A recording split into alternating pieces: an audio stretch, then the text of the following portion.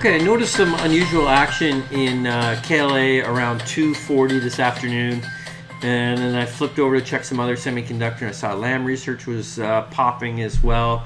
Both were up around 7%, and Applied Materials was up, I think, around 5 at the time. And I couldn't figure it out. There was no news, and I'm like, and it was definitely not just because the market started to recover, which it did, but the Nasdaq was only up, 0.5% at that point, and why would these be up 7 and 5% in that range? It just didn't make a lot of sense. And then about an hour later, this Taiwan Semiconductor came out with some news, and that explained it. So what happened? Well, Taiwan Semiconductor announced that they're planning on building a plant in Arizona. Now, largely to allay the fears of the U.S. that the supply chain is just too in favor of, we have to go overseas, and there could be tariffs, and just the logistics, and just having it on home soil would make the U.S. a lot more secure for a critical industry. So I understand that. That makes sense. Creates jobs, all the good stuff that you would expect, of course. There's no guarantee this is going to go through just yet, but it's an important deal. I think this is a good lesson, by the way, while we're at it, in the supply chain. So KLA, Lam, and Applied Materials supplies Taiwan Semiconductors.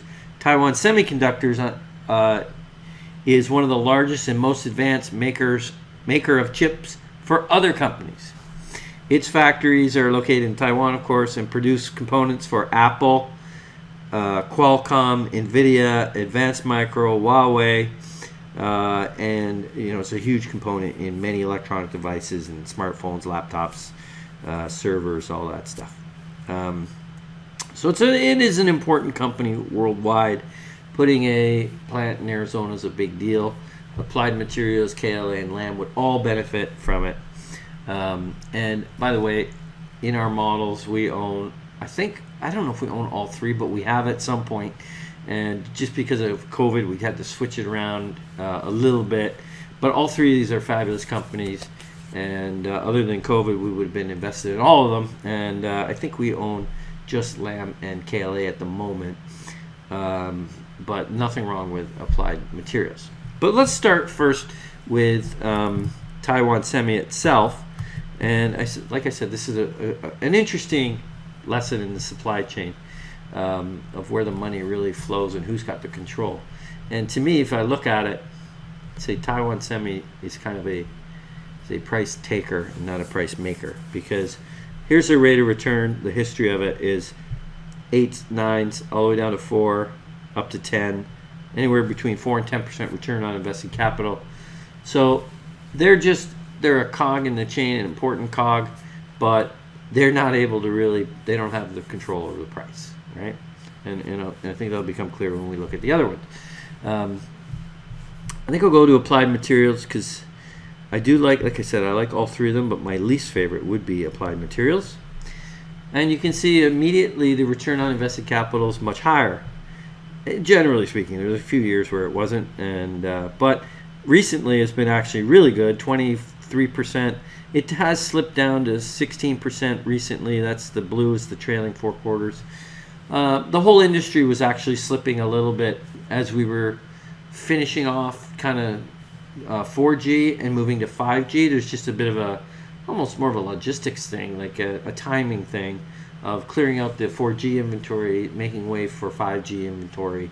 But the overall demand in the long run has not changed. But I can see why some of the results were a little soft. But 16% is still very acceptable, and a good valuation. I could probably change my assumptions a little bit and probably get a better valuation. I think that's fair. But of the three, I think I like it the least, so that's okay. And then Lam would probably be my second. Also a good history of return on invested capital. Went all the way up to 26. As I said, the industry's been a bit soft recently. So it's come down to 18. That's a first world problem. 18% return on capital. And remember, we just looked at Taiwan Semi. Its best year was 10. So I'll take an 18% return on capital over 10 any day. Valuation looks better.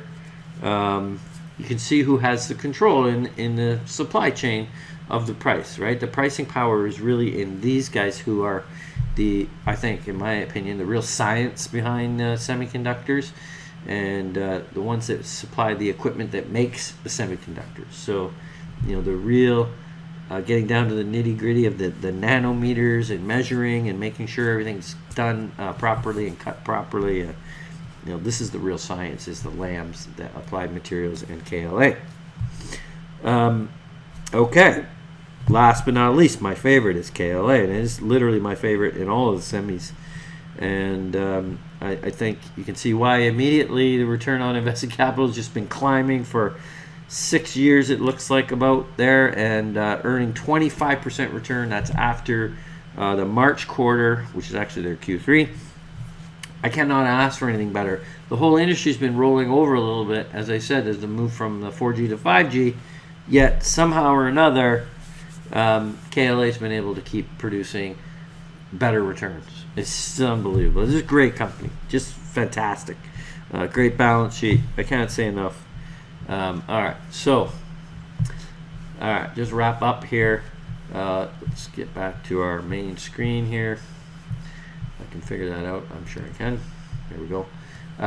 Okay, so the Taiwan Semiconductor is at least planning to build a plant in Arizona to secure supply for basic chips that supply all the other big companies like Apple, Nvidia, and the other ones I named, Qualcomm, and some others. Huawei's another one.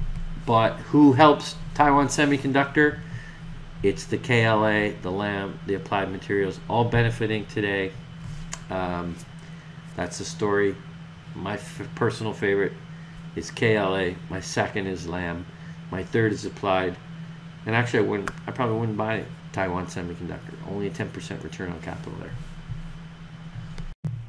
Thanks for watching our investment video. If you want to improve your portfolio returns, simply subscribe. Or if you're an investment advisor or retail investor and you want help with your portfolio more directly, we can help you with a managed account and manage each and every trade for you.